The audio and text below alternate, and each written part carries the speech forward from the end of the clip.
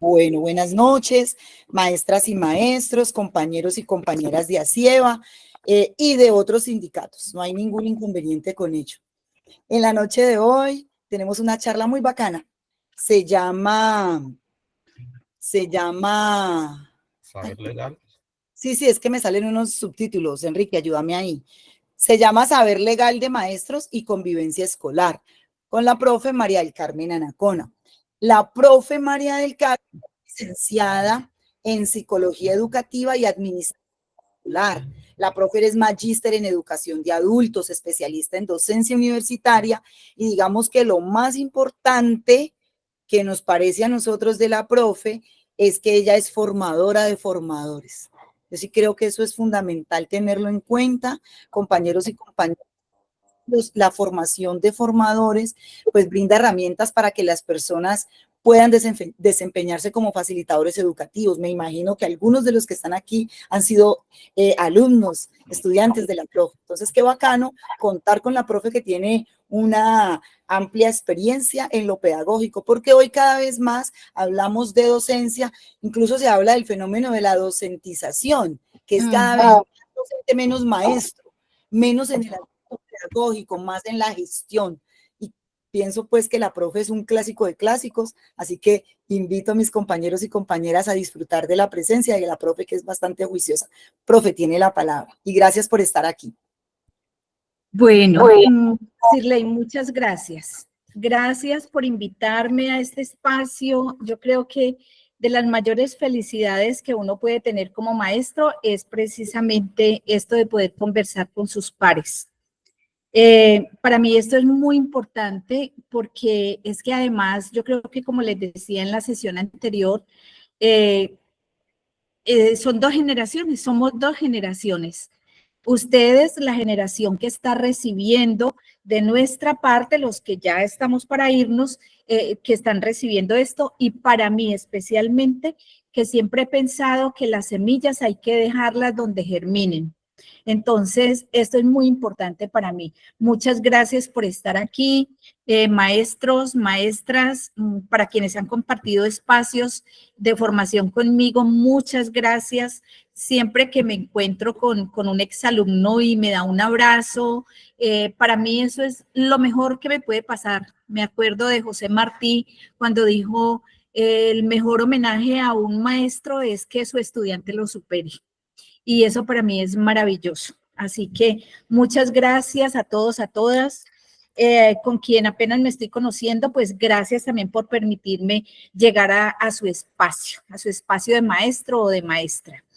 Y les recuerdo, bueno, yo seré siempre la maestra amiga que en algún momento, para alguna situación, estaré dispuesta siempre a compartir con ustedes lo que uno ha podido participar y conocer en la vida. Bueno, mis maestros, entonces, yo preguntaba qué temática de pronto les gustaría trabajar, y hablando con Sirley, pues me decía que lo de convivencia es una temática que de pronto no se había trabajado mucho y que es bueno mirarlo desde acá. Entonces, he decidido darle el nombre que ustedes ven allí, el saber legal del maestro y la convivencia escolar. ¿Por qué? Porque es que yo creo que una de las ausencias que tenemos los maestros de las dos generaciones es precisamente ese acercamiento a la ley, porque tenemos la convicción de que hablar de legislación, qué pereza, esos decretos tan aburridos, qué pereza leerme todo un decreto. Y a veces leemos el pedacito que necesitamos en un momento dado y resulta que nos quedamos con el desconocimiento de lo otro. Y como bien lo dice la ley, el hecho de que yo diga es que no había leído, es que no sé, eso no me exime de responsabilidad. Entonces, por eso, pues he decidido trabajar con ustedes esta parte, contando con que, pues tuve una experiencia en un colegio como coordinadora y allí me enfrenté a las situaciones de convivencia que lo ponen a uno a pensar más de la cuenta. Tuve la posibilidad de hacer un proyecto que fue significativo en Cali sobre convivencia y que fue reconocido por el premio Compartir al Maestro también como una experiencia de alta calidad. Entonces, yo creo que ese tipo de cosas lo hacen pensar a uno, bueno, ¿cómo comparto estas actividades? Desde cuáles son esas actividades pedagógicas que la institución debería estar haciendo y que a veces cuando nosotros nos ubicamos en nuestra institución nos damos cuenta que tenemos dificultades, tenemos falencias, tenemos manejos que no son los mejores y a veces nos equivocamos con eso. Entonces, voy a compartir con ustedes con mucho afecto esta parte de la convivencia. No sé si alguien quiere, antes de iniciar, me quiere decir algo. Lo escucho. Le escucho. Bueno, parece que no, entonces voy a empezar a trabajar lo que les traigo preparado. Permítanme entonces presentar. Recuerden que a partir de ahora no les veo manito, no les veo nada. Si alguien quiere hacer una pregunta, intervenir, puede hacerlo, que se trata de que conversemos. Si no, pues Nosotros entonces... estamos al tanto de eso, yo no se preocupe por esa Bueno, parte. listo, vale. Ok.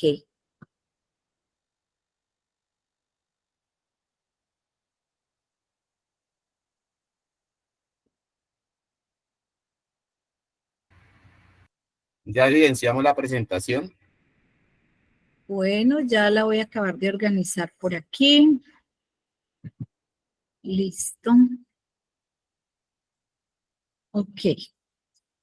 Entonces, como les decía, partimos de la ley 1620, sabiendo que hay otro decreto que es el 1965, que es reglamentario de esta ley y es del mismo año 2013, pero existen también dos cartillas que sacó el ministerio, que son los documentos 48 y 49, para que ustedes en un momento dado pues lo puedan buscar por la plataforma del ministerio y allí la bajan. Son explicativas de cómo aplicar aquello de las actuaciones pedagógicas. Son muy buenas, traen casos que se pueden mirar desde allí también, bien interesantes. Entonces ese debe ser también material como de consulta de uno. Listo. Entonces, los invito a que miremos desde la ley esta situación. Solamente, esto es una radiografía de la ley 1620. Entonces, es una ley que tiene 6 capítulos y está constituida por 40 artículos. Se la voy a presentar en su contexto inicial. ¿Por qué les digo esto? Porque todos sabemos que ahora existe el decreto 1075, que es la compilación de los decretos de educación. Ese es un texto que cuenta con 379 páginas, un poco más complejas para poder encontrar documentos, para poder leerla, porque la nominación en ese decreto cambia. Entonces ya no es tan fácil mirar capítulo 1, 2, 3, 5, sino que hay que mirar títulos, capítulos. Hay como unos 6 o 7 elementos de nominación que ya lo ponen a otro en otro contexto para leer. Entonces, por eso yo tomo la ley original. En ese capítulo 1, entonces, el decreto que nos presenta, sobre todo, ¿cuál es el objeto? Que nosotros lo que tenemos que mirar siempre es cuál es el objeto de la norma, que siempre nos dice el decreto número tal, la resolución número tal, por la cual, y entonces se dice realmente sobre qué trata la ley, y más adelante en ese generalmente en el primer artículo uno encuentra qué es y a quiénes se aplica. Entonces esta ley está hecha para las instituciones educativas colombianas y se aplica en la educación básica, primaria, secundaria y media. Entonces, eso es importante tenerlo en cuenta.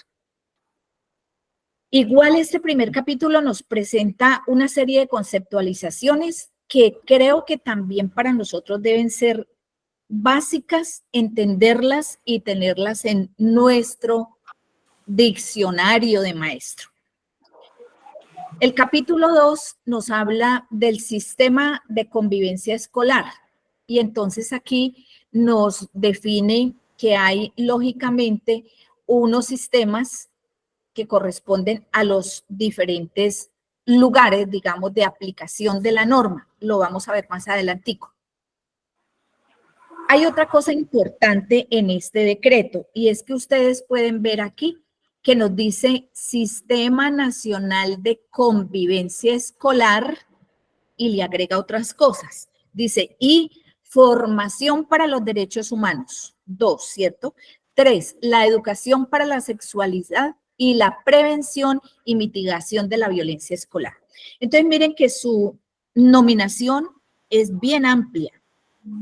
Y a veces nosotros hablamos solamente de convivencia como el comportamiento que los niños deben tener, pero eso tiene otros elementos. Es importante que lo miremos aquí. Ese mismo capítulo entonces nos habla de la conformación del Comité Escolar de Convivencia y de las funciones que tiene el Comité Escolar de Convivencia, porque a veces en las instituciones ponemos el comité a digamos que actuar de una manera que no está dentro de la ley. El capítulo 3 nos establece entonces cuáles son las responsabilidades de cada uno de los entes territoriales, llámese ministerio, llámese Secretaría de Educación, municipal, distrital, y efectivamente pues en la institución también. Allí mismo nos habla de los proyectos educativos que tendrían que estar puestos en la escuela para poder trabajar esto de la convivencia. Hay alguien que está hablando por allí, no sé si no le oigo. Está silenciado, ya está silenciado. Ah, bueno, listo. Les decía, entonces, este capítulo 3 nos habla también de otra cosa muy importante y es el manual de convivencia, que también en las instituciones, pues nos ha generado muchas situaciones. En algún momento se ha dicho es que el manual de convivencia tiene que tener absolutamente todo, que no se le pierda ni una palabra para uno poder decir que sí existe o que no existe. Entonces es importante también mirar eso y eso tiene que ver precisamente con la concepción académica y conceptual que se maneje alrededor del manual de convivencia. Otra cosa muy importante, la participación de la familia. Podemos decir, bueno, pero es que esto fue hecho en el 2013 y entonces del 2013 a hoy la familia se ha desintegrado mucho y no tenemos problemáticas. Bueno, la institución tiene que pensar en una manera de lograr que la comunidad llamada familia participe, porque es que es aquella que nos ayuda en la formación. El capítulo 4, entonces, nos habla de cuál es esa participación que tienen que hacer los entes externos a la escuela que deben participar cuando hay situaciones de convivencia. Y aquí, pues, lógicamente, todos conocemos las realidades de estas situaciones, pero es necesario conocerlas desde la ley. El capítulo 5, entonces, nos habla de cuál es la información que las instituciones tienen que entregar. Tenemos que saber que hay un sistema de información unificado de convivencia escolar, al cual se envía la información desde cada institución y por eso es que a cada una de las instituciones, ahora último, le llega una información donde le dice los casos que fueron reportados por la institución son estos en tal porcentaje. Eso le muestra a la institución, digamos que una de las realidades que haya sido entregada por la institución. Otra de las cosas importantes, la ruta de atención que debe generarse en cada institución educativa. Y aquí, cuando hablemos de rutas, ahora más adelantico, entonces vamos a hacer algunos comentarios. Se trabajan también los protocolos. ¿Cuáles son las competencias que tiene, por ejemplo, la orientación escolar? ¿Qué competencia tiene una institución de salud en cuanto a la salud mental? Importante esto. ¿Y qué es lo que se debe divulgar y difundir desde esto de la información que se tiene sobre los protocolos de la institución. Muy importante mirar esta parte. Y el capítulo 6, entonces, nos habla ya de diversas infracciones administrativas en las que se puede incurrir. Esto es, pues, como de tener allí cuidado con eso. Bueno, continuemos. El decreto 1965 que se los mencioné al principio y que les dije que es reglamentario, que nos presenta, entonces nos presenta 6 títulos y está organizado en 56 artículos.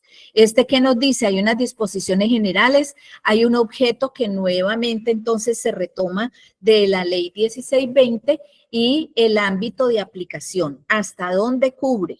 Eso es importante tenerlo en cuenta. El título 2, entonces, del Sistema Nacional de Convivencia Escolar, cómo está organizado y cómo debe funcionar. El título 3, lineamientos para incorporar en el manual de convivencia de la institución educativa. Y esto, ¿a qué hace referencia? A las disposiciones sobre cómo las situaciones de convivencia afectan la institución como tal. El título 4, herramientas del Sistema Nacional de Convivencia Escolar. El título 5 nos habla del reconocimiento de los establecimientos educativos en el marco de los foros que el Estado ha establecido para hacerle reconocimiento a las instituciones que tienen este tipo de proyectos de convivencia y que mejoran los elementos de convivencia escolar. Y unas disposiciones generales que vienen dadas para la institución. Miremos aquí que el Estado a través de la norma nos está diciendo, mire, hay 3 comités, 3 lugares, digamos, del Comité Escolar de Convivencia. Hay uno nacional, que es el que traza todas las políticas. Hay uno territorial que recibe esas políticas y que las tiene que trasladar a los comités municipales, distritales, departamentales, para que ellos a su vez la compartan con las instituciones y entonces por eso en cada institución tiene que haber un comité escolar de convivencia. Entonces esto viene articulado, ¿no? Eso es importante. Bueno. Esto ya lo sabemos, mis queridos colegas, solamente voy a precisarlo porque para la evaluación en alguna cosita por allí de pronto puede aparecer quién lo integra o usted cómo hace parte o bueno, ponerlo en contexto de esta situación. Entonces, el Comité Escolar de Convivencia tiene que estar conformado de la siguiente manera. 1, el rector. Y el rector es quien lo preside, eso es indelegable. Eso lo tiene que saber el señor rector. Usted no puede delegar, vaya, presídame el comité escolar. No, señor. El personero estudiantil tiene derecho absoluto a participar porque es el que representa a sus estudiantes y vela por sus derechos. El docente con función de orientación, porque tiene que participar también desde la apertura de las rutas, desde el acompañamiento, desde el seguimiento a los casos. El coordinador, si existe el cargo de coordinador de convivencia. El presidente del Consejo de Padres, el presidente del Consejo de Estudiantes y un docente que tenga algún proyecto o alguna estrategia de convivencia. Esta es la manera como debe estar conformado el Comité Escolar de Convivencia. Bueno, vamos a mirar cuáles son sus funciones. Esto es bien importante, compañeros. Miren, voy a precisar cositas. La primera función dice identificar, documentar, analizar. Importante que tengamos en cuenta esas 3 acciones. Identificar, documentar, analizar. Lo que sigue. Y resolver los conflictos, oigan, entre docentes y estudiantes, directivos y estudiantes, entre estudiantes y entre docentes. Ese resolver los conflictos no quiere decir imponer sanciones. Ese resolver los conflictos, por eso lo resalto aquí, porque es precisamente mirar qué es lo que hay que hacer pedagógicamente en las condiciones de la situación que se presente. La función 2 le dice al comité, señor comité, usted debe liderar acciones que fomenten la convivencia, la ciudadanía, los derechos humanos sexuales y reproductivos y la prevención y mitigación de la violencia escolar. Miren que esto es grande. Esto no es solamente liderar acciones para que los muchachos vivan bien y se respeten los unos con los otros y pare de contar. Hay otros elementos que hacen parte de esto. La función 3 le dice promover la vinculación de los colegios a estrategias, programas y actividades de convivencia que se adelanten en su región. Entonces, tiene una función de promoción institucional.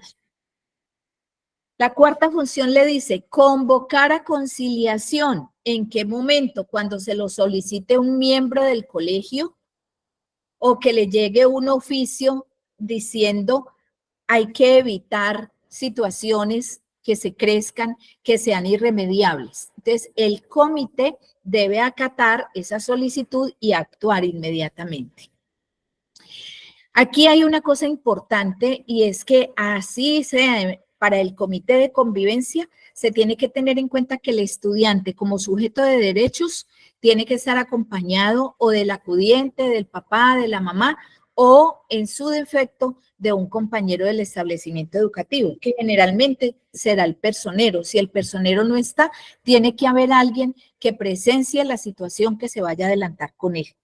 Esto para que no se invalide el proceso. Eso es lo que dice la norma en este sentido. Bueno, otra de las funciones dice activar la ruta de atención integral por actos o información que no pueden ser resueltos por este comité desde el manual de convivencia. ¿Por qué? Porque revisan características de la comisión de una falta punible, o sea, casos tipo 3. Estos deben ser atendidos por otras autoridades.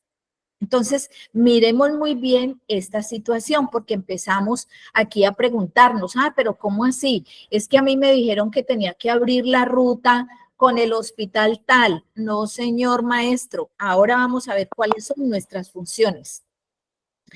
La función 6 de este comité dice hacer seguimiento al cumplimiento de las disposiciones establecidas en el manual de convivencia y presentar informes. Y la última función dice proponer, analizar y viabilizar. Miren, 3 acciones. ¿Qué? Estrategias pedagógicas que permitan la flexibilización del modelo pedagógico. Miren cómo se asocia esto con el modelo pedagógico de la institución y la articulación de las diferentes áreas de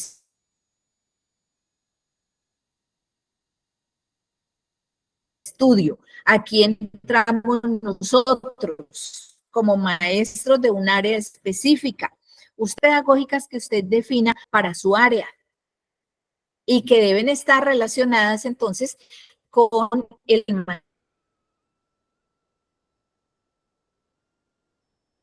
manual de convivencia y con esa ruta de atención que se haya definido desde que sea su propio reglamento. Lo que considere pertinente es el comité quien lo hace. Bueno, pasemos ahora a mirar el manual de convivencia y lo vamos a mirar desde la ley. Recuerden que todo lo estamos colocando desde allí. Entonces, desde la ley tenemos el artículo 87 de la ley 115. ¿Qué nos dice ese artículo 87? Nos define los manuales de convivencia y nos dice, los manuales de convivencia nos sirven para identificar nuevas formas y alternativas para incentivar y fortalecer la convivencia escolar. Miren la función del manual. Algunos dicen, no, es que allí hay que escribir todo, absolutamente todo, porque es que si no, no se vale. Miren, esto lo que nos permite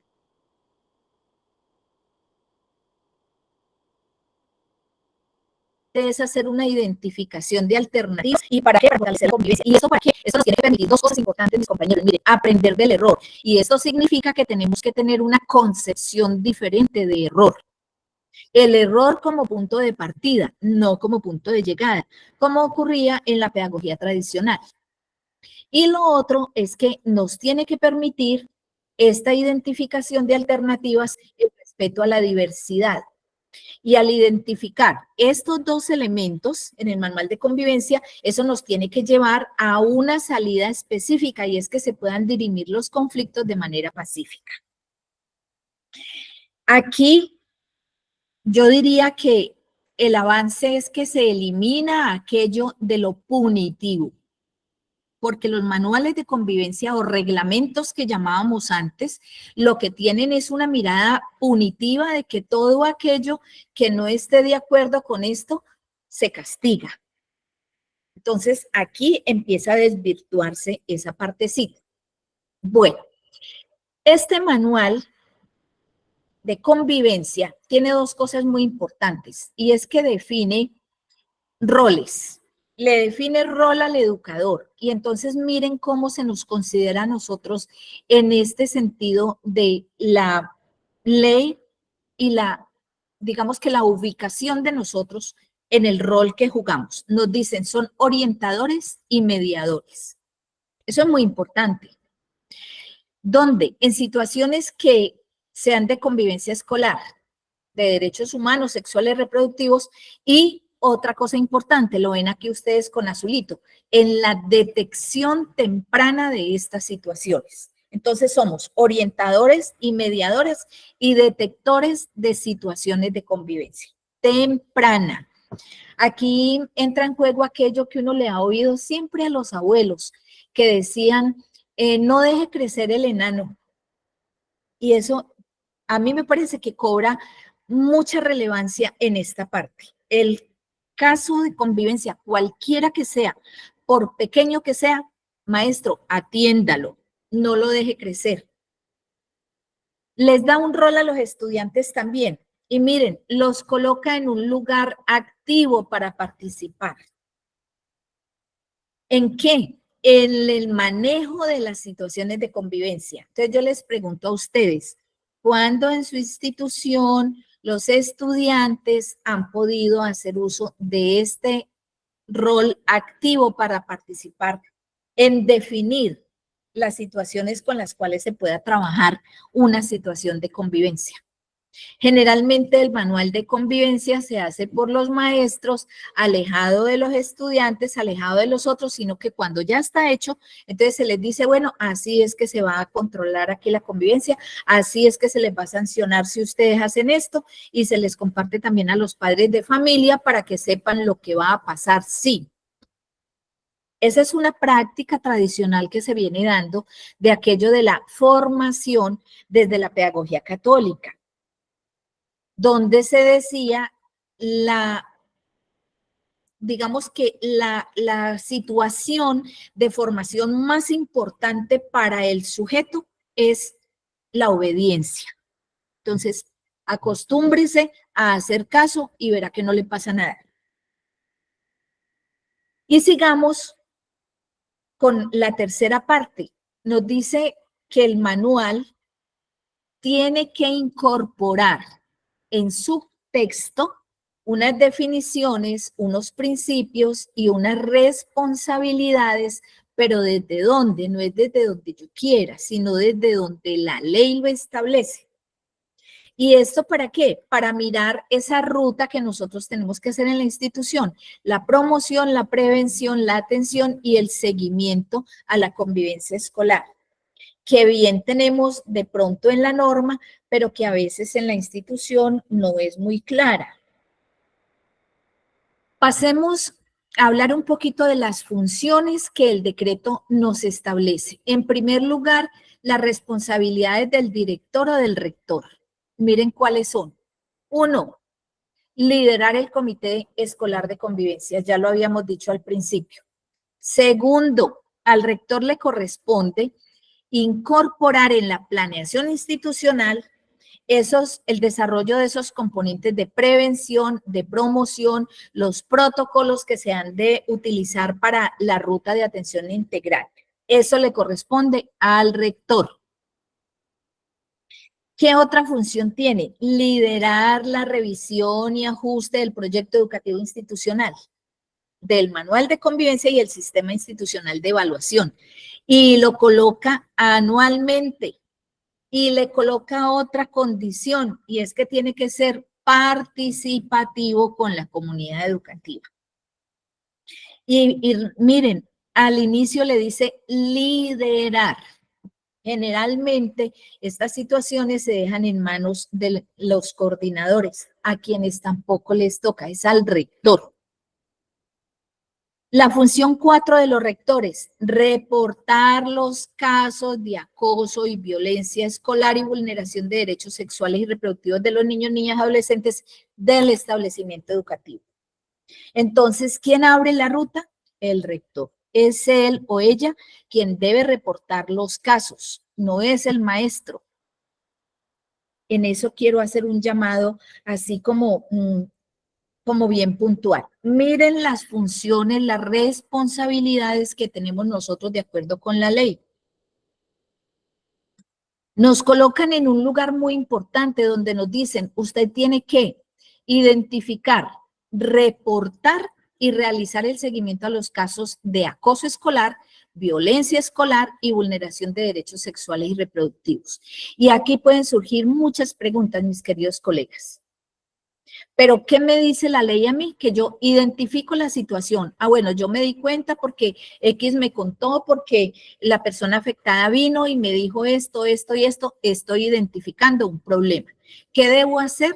Yo debo llenar un formato que generalmente las instituciones los tienen para seguimiento con diferentes nombres, pero lo hay.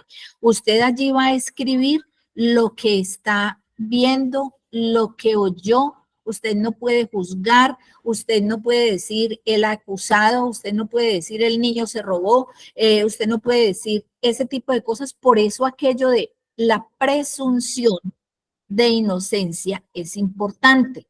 Y por eso usted asuma esa palabrita. Se presume que, ojo, no presumo que, no, se presume. Sáquelo de usted porque no juzgue. No coloque allí palabras que lo pongan a usted en riesgo. Entonces usted identifica a quién le reporta, a su inmediato superior, y cuando usted hace el reporte, ya eso pasa a otro lugar y es el otro el que tiene que empezar a actuar de acuerdo también con sus funciones.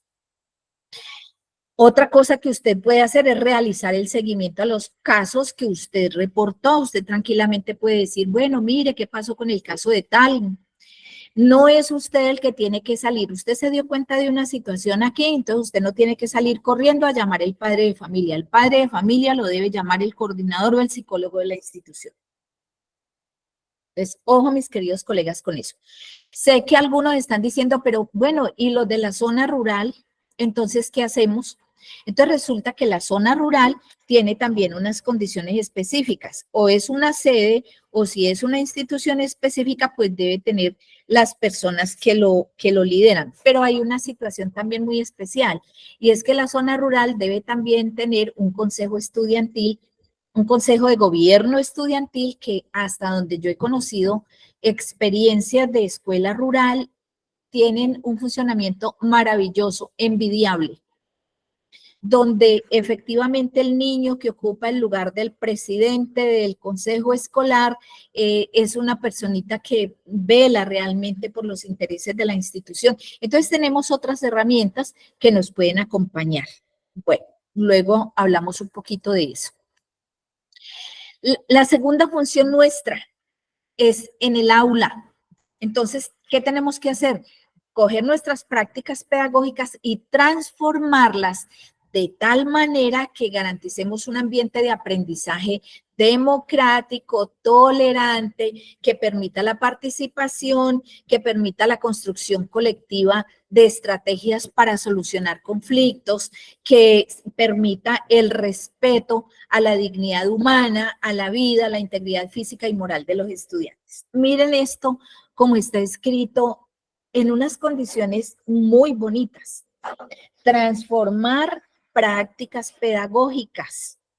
Y esa transformación de prácticas pedagógicas entonces va relacionado con los ambientes de aprendizaje democráticos. Entonces, ¿qué tan democrático es usted, maestro o maestra, cuando usted se mira allí en el aula, qué elementos de democracia está dándole usted a su clase?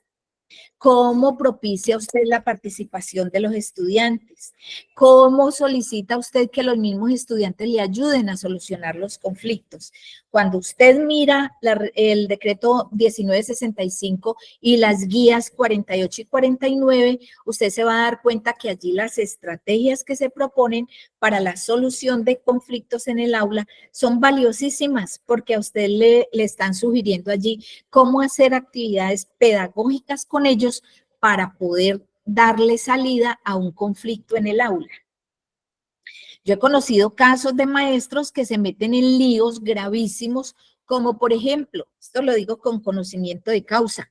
Vea, mijito, fulanito, allá el del maletín azul, se me va de mi clase y no me vuelve a clase por 3 días o por 10 días. Eso lo he conocido. Maestro, usted no puede hacer eso.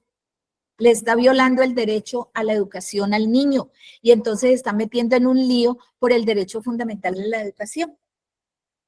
Y a veces decimos esas cosas sin pensar en las consecuencias.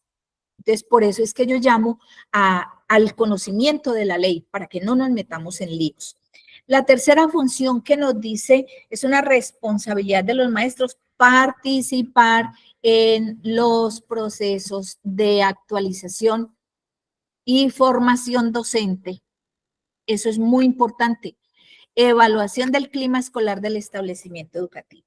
Actualización y formación docente, ¿para qué? Para la convivencia. Además, esto está de acuerdo con la ley 115, que en su artículo 10 le dice al maestro que la primera unidad responsable de la formación es el maestro. Entonces, coloca la autoformación en un primer lugar. Entonces, miren cómo la ley también nos va definiendo desde allí unas relaciones con la ley marco, la ley 115. Y la cuarta responsabilidad es contribuir a la construcción y aplicación del manual de convivencia. O sea, hay instituciones, por ejemplo, donde yo he llegado desde los lugares desde donde he estado, he llegado a instituciones, por ejemplo, a solicitar el manual de convivencia y me dicen, no, es que el manual de convivencia está ya en la coordinación. Y entonces vamos a la coordinación está cerrada. ¿Y el coordinador dónde está? No, el coordinador hoy no está. Y tenemos que consultar un caso de convivencia especial para no equivocarnos, pero es que el manual de convivencia está siempre encerrado en un cajoncito con llave. Y entonces uno dice, bueno, y entonces para los maestros, ¿dónde está este proceso de reconocimiento? Esto lo menciono porque ocurre en instituciones muy lejos de las de ustedes y la mía. Espero que así sea.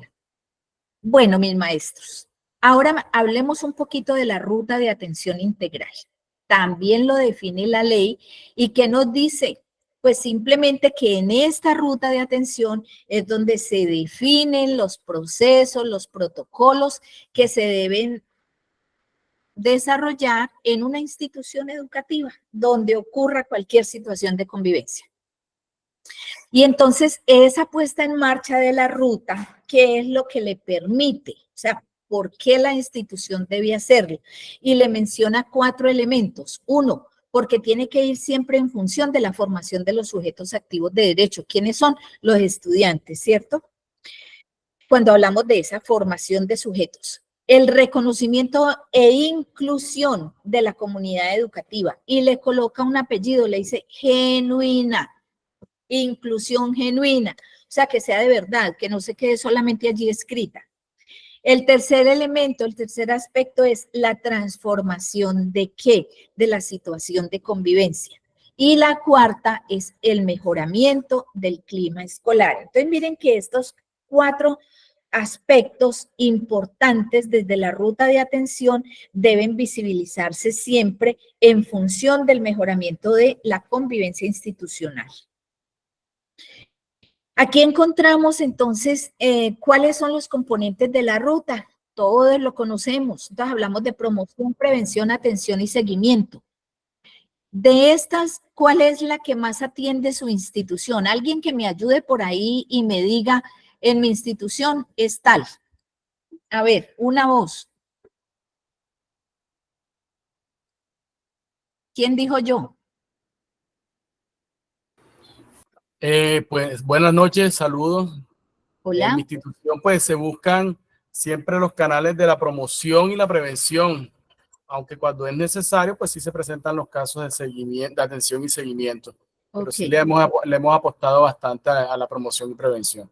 Bueno, qué bueno. Miren que si eso pasa es porque tenemos una institución en la cual se piensa para que no haya tanto que atender. Y eso es importantísimo, porque tenemos instituciones que solamente se dedican a la atención en el caso que ocurre la situación y no hay promoción y prevención, y mucho menos seguimiento. Entonces, es bueno tener en cuenta estos 4 componentes para que les demos fuerza, digamos, en la organización institucional. Esa ruta de atención tiene cosas bien importantes. Entonces, miren, ¿a qué se refiere esto? A que hay que prestarle atención a la situación que se esté presentando de una manera oportuna y pedagógica. La atención debe tener estas condiciones. Significa entonces que hay que tratarla desde una perspectiva pedagógica. ¿Y eso qué es? Pues simplemente es aquella acción que propicia reconstruir una situación a través de qué? De actividades que tengan que ver con el diálogo, el respeto, el cuidado, el reconocimiento de las personas involucradas. Entonces miren que aquí es diferente a decir, es que la sanción es lo primero, es que el castigo, es que voy a ir a consultar el manual a ver qué sanción le voy a aplicar. Aquí estamos hablando de otra cosa. Entonces, de generar esas situaciones diferentes desde lo pedagógico para que se pueda mitigar la situación. Y se pone en un lugar muy importante lo que es el diálogo. Recordemos que esta parte del diálogo pues hace parte precisamente de la construcción de las pedagogías críticas en voz de Freire, ¿no? El diálogo como herramienta, inclusive el pacto también que se puede hacer con el estudiante para mejorar las condiciones de convivencia, aquello de escucharlo, aquello de conversar para llegar a acuerdos. Eso es muy importante.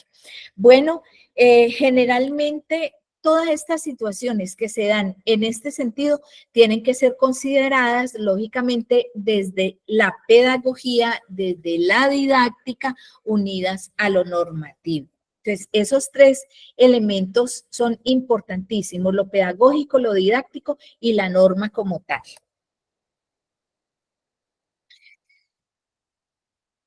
Hablando de esos componentes de la ruta de atención integral, entonces, ¿cuáles son esas situaciones que la norma nos ubica? Antes hablábamos de las sanciones y las situaciones de tipo leve, grave y gravísimo. Aquí lo que se le ha dado es una nominación diferente y se ha puesto en el lugar de pronto de identificar cuáles son las situaciones que corresponden a cada tipo. Entonces ya hablamos de tipo 1, 2 y 3. Tipo 1, aquellas situaciones que se dan en el lugar de clase, que son como cotidianas, ¿no?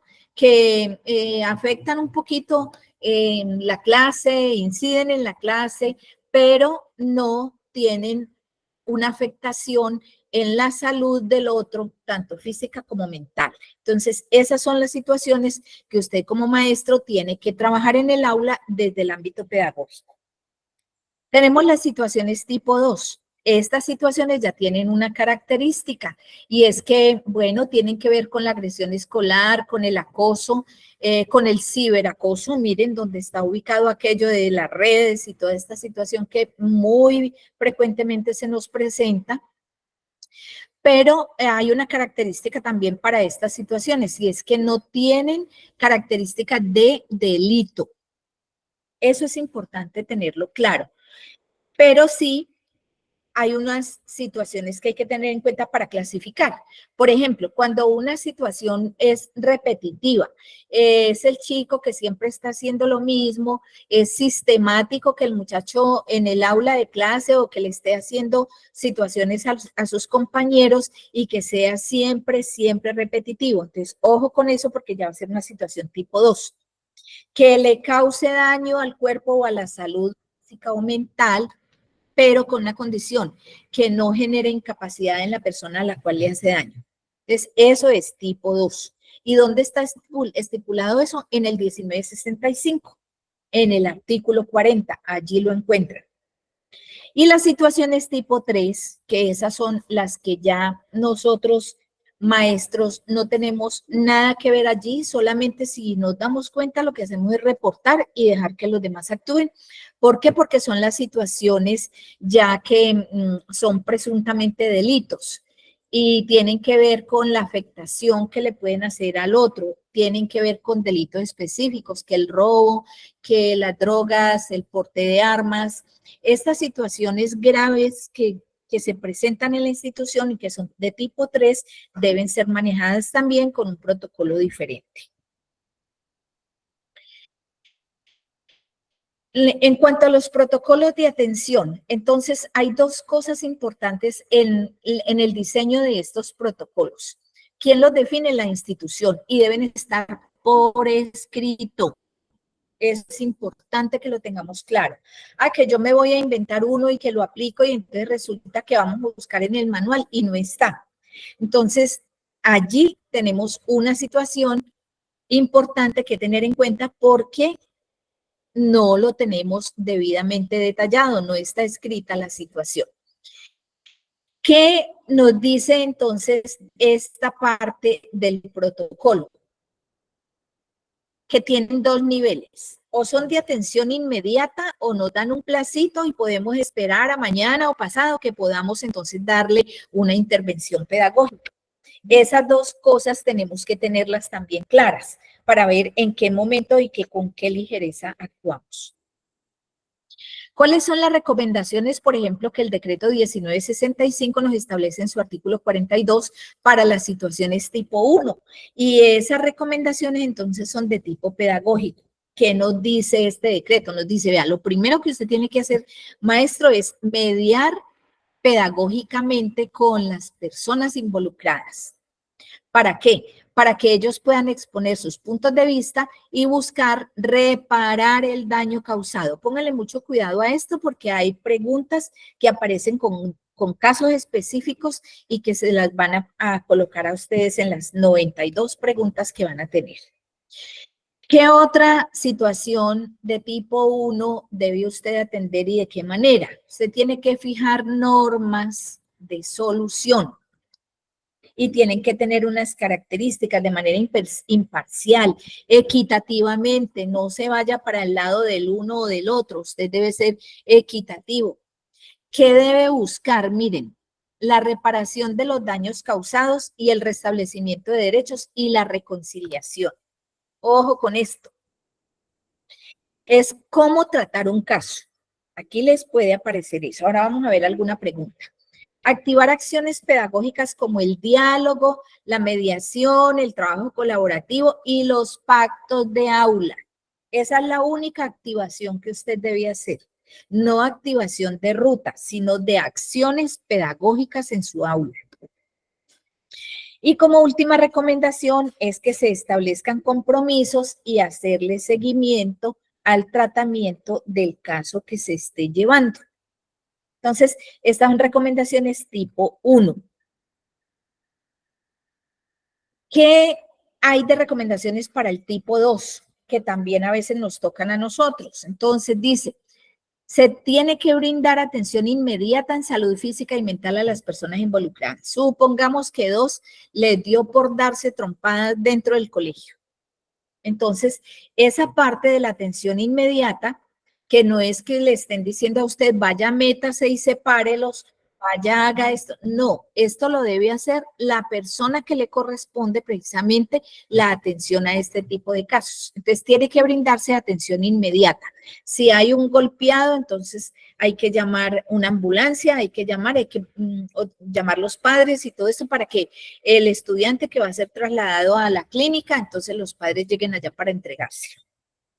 Remitir la situación a las autoridades administrativas. Entonces, usted sintió que pasó algo inmediatamente, reporte a su inmediato superior. ¿Cuándo? Cuando hay que hacer medidas de restablecimiento de derechos. O sea, dos que se dieron muy duro, entonces usted fue donde el coordinador y le dijo, tengo estos dos estudiantes que se pegaron, están botando sangre, tienen reventada la boca, aquí reporto el caso.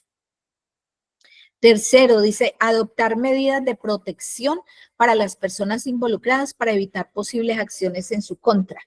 Estas situaciones tampoco son suyas, maestro. Recuerde que usted reporta para que las otras personas que tienen que hacerlo intervengan.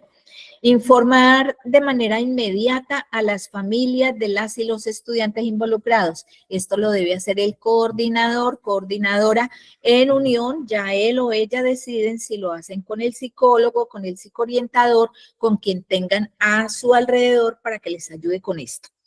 Si yo como maestra, el coordinador me dice, vaya, llame al padre de familia, yo le digo, listo, Cordy, con mucho cuidado, con mucho gusto, pero por favor mándemelo al WhatsApp o pásemelo por escrito o páseme el formatico escrito donde esté firmado por usted. Esto es importante, no meterse en líos. Y permítanme aquí compartirle una experiencia que también conozco muy corta. Tengo una gran amiga, compañera de estudio de la normal, imagínense cuántos años atrás, coordinadora aquí en una institución, ya está retirada, pero fue coordinadora en un gran colegio de los nuestros que tenemos aquí en Cali. El profesor de educación física año tras año, y ya llevaba 7 años en esas, llevaba los estudiantes a un paseo de finalización de año, a los de 11. Lo que se llamaba en ese tiempo excursión. Y entonces, ese año de la 8ª sesión, vino donde la coordinadora y le dijo, coordinadora, necesito la autorización pues para empezar a hacer todos los documentos de los muchachos y todo el proceso y tal. Y la coordinadora le dijo, espere, yo hablo con el rector que no está hoy, entonces voy a llamarlo. Llamó al rector y el rector le dijo, no, pues yo estoy muy lejos, pero no, tranquila, dele la autorización al profesor que ya todas las veces que ha ido, dele la autorización, no hay problema. La coordinadora le firmó la autorización al profesor, el profesor se fue con sus muchachos, desafortunadamente por allá uno de los muchachos se ahogó. Entonces se imaginan la situación tan grave para el profesor, para la coordinadora, para el colegio, toda la situación que venía. ¿En qué terminó esto para hacer el cuento corto? Lógicamente, pues los padres demandaron, eso se fue a situaciones legales mucho más graves.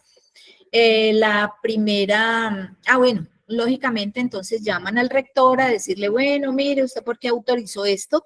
Y el rector de ese colegio dijo, no, yo no estaba, yo estaba por fuera del colegio, fue la coordinadora la que autorizó. Entonces las sanciones sobre quién recaían, sobre el profesor de educación física y la coordinadora. Por eso es que yo insisto mucho, queridos colegas, en que lo que tenemos que hacer es que todo lo que se nos ordene sea por escrito. Eso por el bien de cada uno de nosotros. Que se enojó el coordinador y que porque no le hice caso, qué pena, pero es que primero está la ley. Frente a la sumisión, primero está la ley. Entonces, nosotros no podemos correr con esas locuras que no tenemos por qué estar haciendo. No nos corresponde. Si lo vamos a hacer en sentido de colaboración, por favor, páseme por escrito y yo con mucho gusto lo hago. Y les decía ahora, generalmente hay unos formatos donde el coordinador está llamando al padre de familia por tales y tales razones y firma el coordinador y sella al coordinador. Usted lo que sí puede hacer es buscar al muchachito y decirle, vea, hágame el favor y llame a su papá aquí o me están ordenando estoy llamando al señor padre de familia para decirle que lo está citando la coordinadora, el coordinador a tal hora, en tal momento o es ya. Eso. Generar espacios para que las personas involucradas puedan expresar lo acontecido en compañía de su familia. Eso tampoco le toca a usted. Eso lo debía hacer ya a quien usted administrativamente le transfirió el caso. Siempre, coordinador, coordinadora, quien llame a otras personas, debe siempre preservar el derecho a la intimidad y la confidencialidad. O sea, estos casos no deben andar en boca de todos.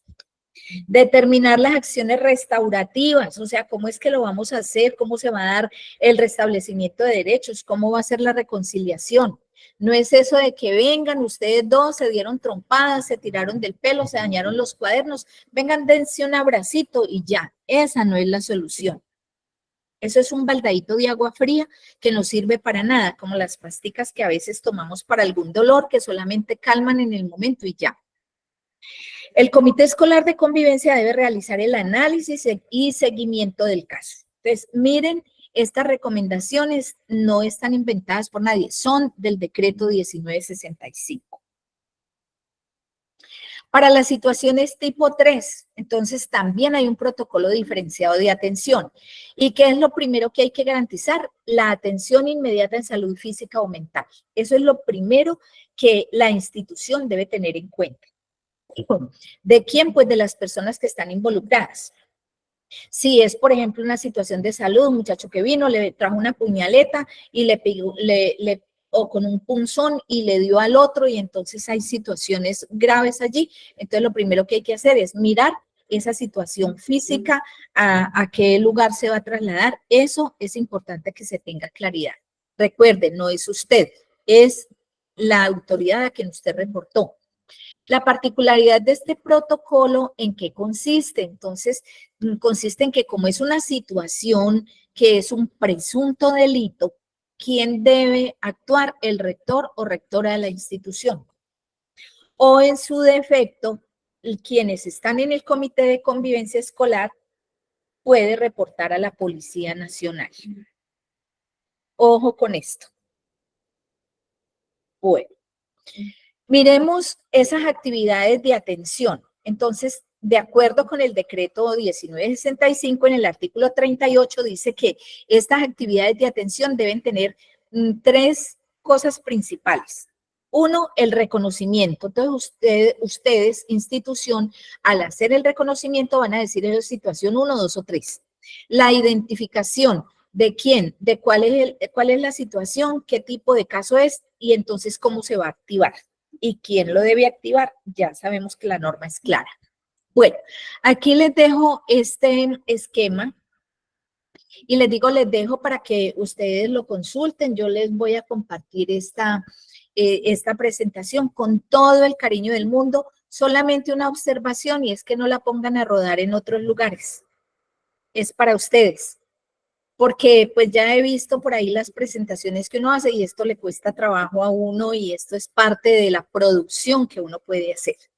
Entonces, listo. Aquí está lo que estábamos diciendo ahora, cuáles son las actividades de promoción, cuáles son las de prevención, cuáles son las de atención, cuáles son los enfoques que se pueden dar. Entonces, esto es importante como resumen de lo que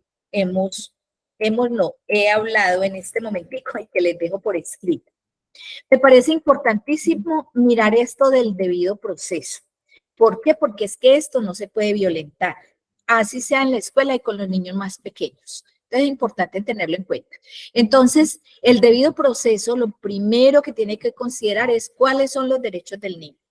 Eso es ineludible, usted no puede pasar por encima de ellos. En segundo lugar, el manual de convivencia. Y entonces tiene que tener claro qué es lo que dice el manual de convivencia sobre el debido proceso. En tercer lugar, los derechos fundamentales. Entonces ahí nos remite a la Constitución Nacional. Esos derechos fundamentales tampoco deben ser violados para que un debido proceso sea realmente tenido en cuenta. ¿Qué contiene entonces ese debido proceso? En cuestión de aplicación, ¿qué tendríamos que ver? Ese debido proceso tiene actuaciones específicas que van como en dos sentidos. Uno, que es judicial, y el otro que es de tipo administrativo. ¿Cuándo es judicial? Cuando corresponde ya a hechos punibles que tiene que darse ya por fuera y en otras instancias. Si la situación es entre adultos, entonces eso va directamente a la fiscalía.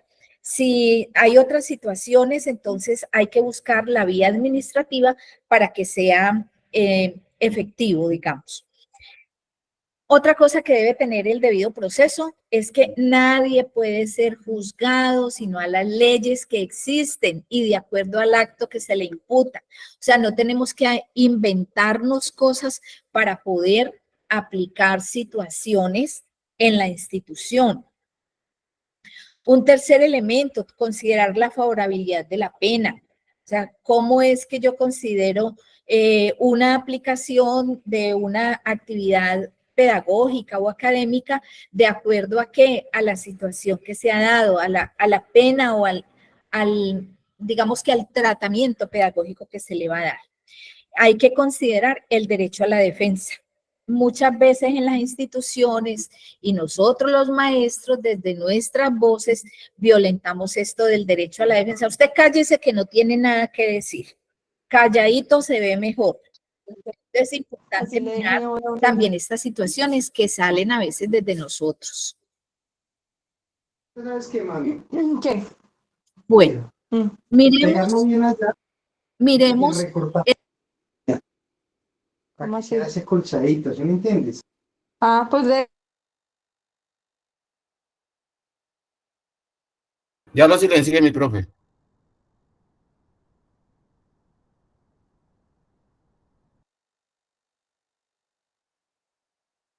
Micrófono. Profe, tiene el micrófono apagado.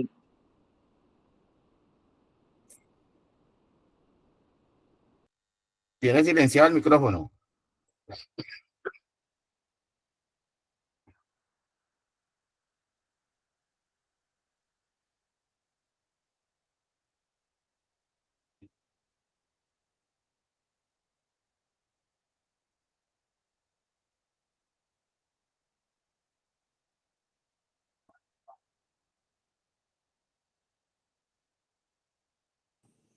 Profe, está hablando con el micrófono cerrado.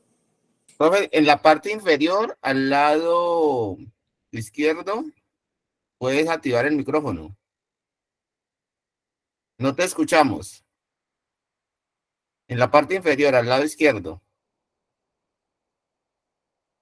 de tu presentación, ahí está. Ahí hay un micrófono pequeño.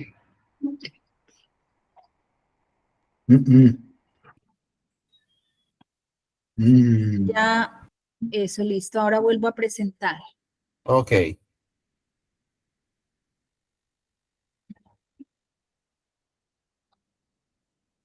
Bueno, ¿ya se está viendo y me están oyendo? Perfecto, perfecto. Bueno, vale. Entonces Se quedó la sigamos. pantalla en blanco, mi profe. Sí, espérate un momentico que le di. Es que esto está muy lento. Aquí con las situaciones del Wi-Fi de los colegios no es fácil. Ah, te comprendemos. Ya, listo. Estamos como en las mismas, ¿cierto? Ok. Bueno, entonces miren, les decía, el procedimiento del debido proceso. Primero, se le tiene que comunicar formalmente la apertura del proceso a la persona implicada, al estudiante que cometió esto. Venga, entonces se le va a hacer una comunicación formal de la apertura de lo que vamos a hacer con él. Esa formulación de cargos puede ser verbal o escrita. Le tenemos que decir de qué lo estamos acusando.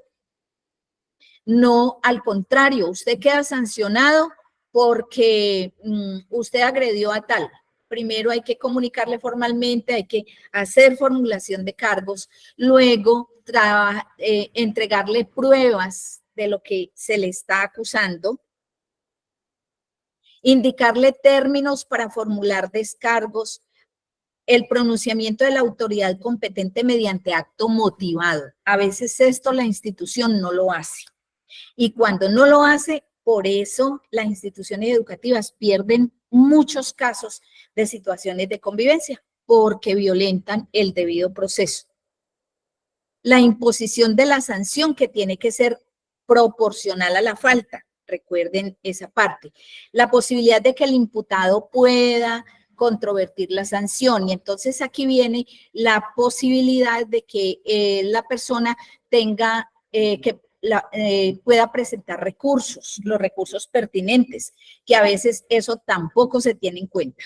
Se le sancionó y punto, se va para la casa 3 días. Bueno, Hay unas circunstancias que hay que considerar, desde aquellas que son atenuantes o aquellas que son agravantes. ¿Y eso para qué? Para la imputación de la falta o para la aplicación de la sanción correctiva que se le va a aplicar al estudiante. Entonces, dentro de lo atenuante, si el comportamiento del muchacho en situaciones anteriores no es el mismo, a veces uno dice, pero ¿cómo, fulanito? No, conmigo no es así. Haber sido inducido por una persona superior a él, ¿no? Eso también es un atenuante. El que el muchacho o la niña lleguen y confiesen su falta de manera oportuna, antes de que se le diga, sí, entonces yo la reconozco, yo fui, qué pena, ¿cómo la soluciono? Que procure resarcir o compensar el perjuicio que haya causado y que haya sido cometida una falta en un estado de ofuscación, por condiciones pues imprevisibles para el comportamiento de la persona a la cual se le va a aplicar una falta. ¿Cuáles son los agravantes? Entonces, que tenga un seguimiento, que ya vengamos diciendo, no, pues es que el muchacho desde el año pasado viene presentando esto y miramos el observador y allí encontramos que realmente hay evidencia de eso, que hay reincidencia en la comisión de la falta, que para ocultar la falta entonces comete otra, que rehúsa la responsabilidad que tiene o se la pasa a otro, no, yo no fui, fue el otro.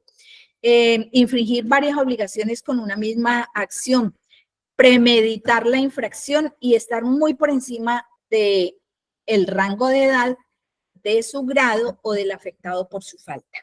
Estas situaciones hay que considerarlas y deben estar relacionadas en el manual. Bueno, miremos ese debido proceso con relación al conducto regular. Esto también es muy importante, colegas. Un conducto regular son dos cosas diferentes, ¿no? El conducto regular tiene que actuar específicamente en orden. Primero es el docente de clase, segundo el director de grupo. Resulta que la situación llegó al director de grupo y no se solucionó, entonces va al coordinador de la sede o de la jornada. Y si por ahí tampoco se soluciona, entonces debe ir al comité de evaluación y promoción, es a la comisión de evaluación para que miren cuál es la situación. Luego al rector y luego al consejo directivo. Aquí hay una nota importante y es que el comité escolar de convivencia no es una instancia dentro del conducto regular. ¿Por qué? Porque es que ¿cuándo actúa el comité escolar de convivencia? Cuando ya se ha instaurado una sanción y alguien le pide que el comité escolar de convivencia intervenga.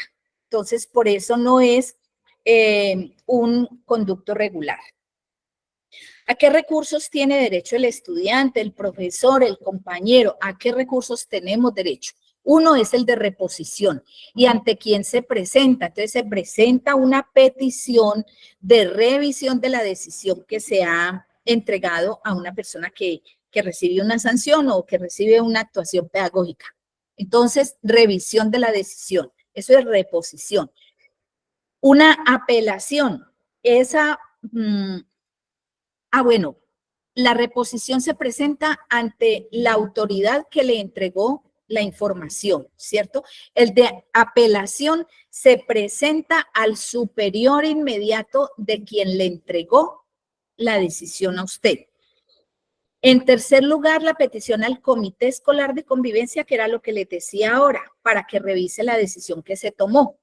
Y los términos, que los recursos deben interponerse desde los términos que la misma resolución motivada se le entregue a la persona diciéndole qué es lo que está pasando, de qué se le acusa y qué esa sanción se le aplica. Miremos una pregunta con relación a esto. Entonces dice, el manual de convivencia de un colegio determinado establece, comillas, el alumno que cometa una falta grave será excluido automáticamente. Esta norma es A, acertada porque toda falta grave debe ser castigada con la máxima sanción. B, conveniente porque mantiene el orden y la disciplina dentro de la institución. Y C, inconveniente porque no se garantiza el debido proceso. ¿Ustedes qué responderían a esta pregunta? C. La C. La C. Listo. Ok. Bueno, entonces miren cómo les puede aparecer una pregunta allí. Muy bien, esa es la C. Miren esta otra. El rector de una institución educativa se ha dado cuenta de que en la aplicación del manual de convivencia algunos docentes se refieren a faltas y situaciones que no están contempladas en este. En una ocasión se toman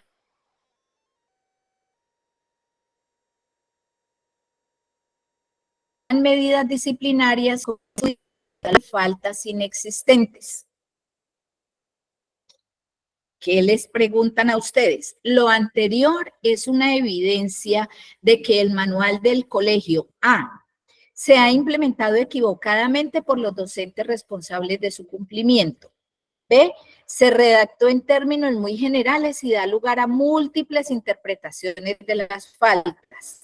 C, debe divulgarse suficiente para que conozcan sus derechos. Y D, requiere actualizarse con la participación de todos los actores de la comunidad educativa. ¿Qué van a responder?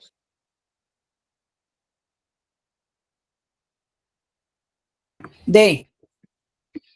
La D. Muy bien, ¿no? Ustedes están perfectos en esto. La D. Ok. Yo creo que no necesita explicación. Miren esta otra. Durante el momento de regreso del recreo, 2 estudiantes se agredieron física y verbalmente frente a sus compañeros de curso. La acción que interviene apropiadamente es, miren lo que les están preguntando. La acción que interviene apropiadamente. ¿Eso qué significa? Que usted debe tener en cuenta los protocolos, ¿cierto? A, verificar con los testigos las implicaciones legales que se puedan derivar de las agresiones e implementar acciones preventivas que eviten condiciones indeseables. B, discutir el hecho con todo el grupo y la aplicabilidad de las sanciones establecidas en el manual de convivencia escolar para que el hecho sirva de lección. C, analizar con las partes los hechos y definir acciones que conviertan la situación en una oportunidad para aprender que las confrontaciones físicas no resuelven los problemas. Y D, debatir en el aula de clases el papel del conflicto en las relaciones entre las personas y las enseñanzas que se pueden derivar de enfrentarlas valorando y respetando las diferencias. Respuesta. Para mí sí era A. La A. ¿Hay otra? C. La C. C. C. Entonces está entre verificar con los testigos las implicaciones legales que se puedan derivar de las agresiones e implementar acciones preventivas que eviten condiciones indeseables. La C, analizar con las partes los hechos y definir acciones que conviertan la situación en una oportunidad para aprender que las confrontaciones físicas no resuelven los problemas. Vamos a mirar la respuesta más acertada. De acuerdo con los protocolos es la C. Recuerden que a ustedes los van a valorar con niveles de desempeño. O sea, cualquiera de las respuestas posibles pueden ser verdad, solo que cada una estará ubicada en un nivel de desempeño. Y al mirar esa parte, entonces, yo ¿qué les tengo que decir? Siempre habrá una respuesta que es la que más se acerca a la realidad de lo que la pregunta le está haciendo a usted.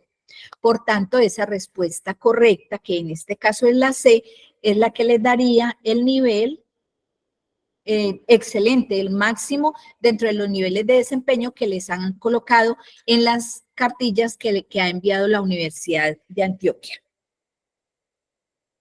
Bueno, otra pregunta. Alguien que me ayude a leer porque me cansé.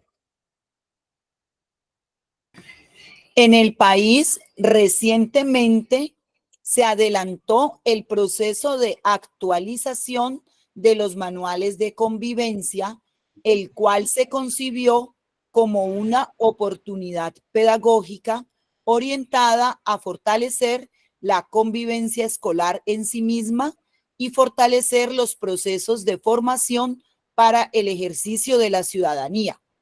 Una herramienta valiosa para la construcción del manual por las instituciones es la lectura del contexto, entendida como la descripción, conocimiento, análisis e identificación de las características de un escenario social, que se sugiere estructurar a partir de preguntas. Desde su perspectiva, una pregunta central por formular para iniciar este análisis del contexto es: A. ¿Cuál es la distribución estadística de los miembros de la institución educativa según edad, género y nivel de formación? B. ¿Qué factores sociales y culturales afectan las relaciones entre los miembros de la comunidad educativa? C. ¿Cómo garantizar la participación de los padres de familia en las actividades de análisis del contexto? D. ¿Cómo formular una política de respeto a los derechos humanos que favorezca a los miembros de la comunidad educativa?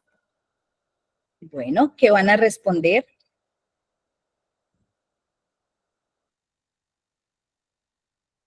B. ¿La qué? B. B. Ok. Bueno, perfecto.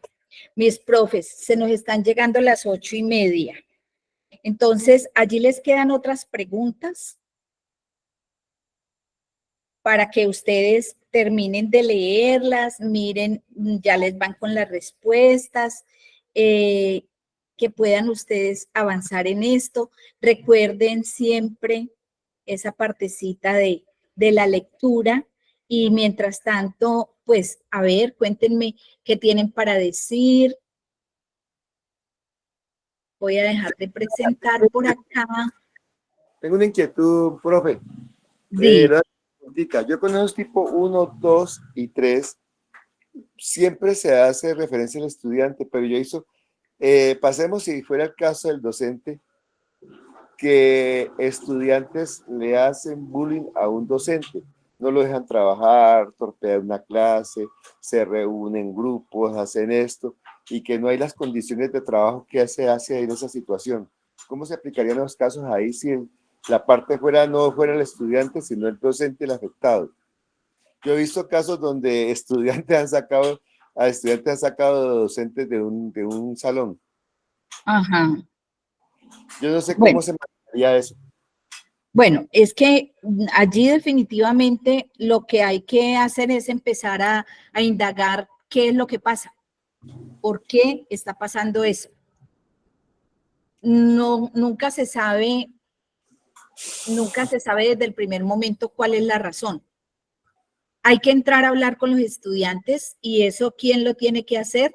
Usted como maestro, pues tendrá que, como maestro afectado, ¿no? Usted tendrá que enviar el caso. Bueno, primero hablar con los estudiantes, a ver qué es lo que está pasando, a ver si desde allí se puede solucionar. Si no se puede, entonces recuerden, la segunda instancia es docente, director del curso. En tercer lugar, si por allí no se puede solucionar, entonces coordinación. O sea, hay que seguir ese conducto regular para poder llegar a una situación de acuerdo, ¿ya? Lo primero es identificar la situación. Recuerden siempre eso, que hay un proceso. No sé si con esto te resuelva tu inquietud. Gracias, ya la cogí clara. Gracias. Bueno, listo.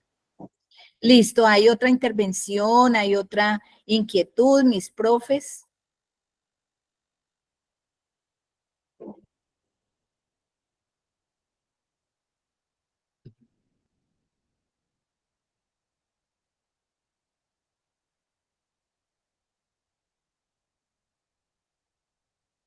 Profe, yo creo que ha sido importantísimo resaltar la idea de cómo el decreto 1965 también va definiendo esos roles en nosotros. A mí me parece que eso es clave porque va generando límites también. Entonces, a veces por querer hacer más, hacemos menos y nos complicamos, ¿cierto? Entonces, Sí. he escuchado mucho cuando nos dicen, es que pilas, ¿no? usted no investigue, usted no se vaya más allá, no se Ujú. cree otra cosa, quizá porque como maestro, pues uno siente o afecto, o es el grupo, o viene con ellos desde sexto, este caso sucedió en 10º, conozco como todo el círculo familiar, o soy la directora de grupo, en fin, todo lo que pueda pasar, uno siente que como maestro está haciendo un poquitico más por ellos, pero en realidad por la ley se está complicando la existencia. Entonces, sí, creo que es muy importante, profe, la idea que usted nos dice, ¿no? Que lo dice la ley, ¿no? El reconocimiento, bueno, cuál es el tipo, luego identificar cuál es esa situación y luego hacer la activación de la ruta. Creo que en todo esto es claro que, bueno, primero estamos agobiados con tanta ley. O sea, eso también hay que reconocerlo y eso contribuye un poco al síndrome del maestro quemado, porque uno ya no sabe cómo atender, que la ley 1620, que el decreto 1965, tenemos que irnos a imprimir las guías 48 y 49 para ir empezando a analizar de a poco esos casos de convivencia, cómo se están tratando en términos pedagógicos. Pero lo claro, profe, para mí, entre las cosas que han sido muy valiosas en esta noche, y gracias por ese saber legal del maestro, es que todo lo que hagamos es desde una perspectiva pedagógica. Y legal. Sí, sí, claro, usted decía, lo pedagógico con lo didáctico unido a la norma. Entonces, Sí, creo señora. que es un elemento clave en la noche de hoy, profe. Muchas gracias.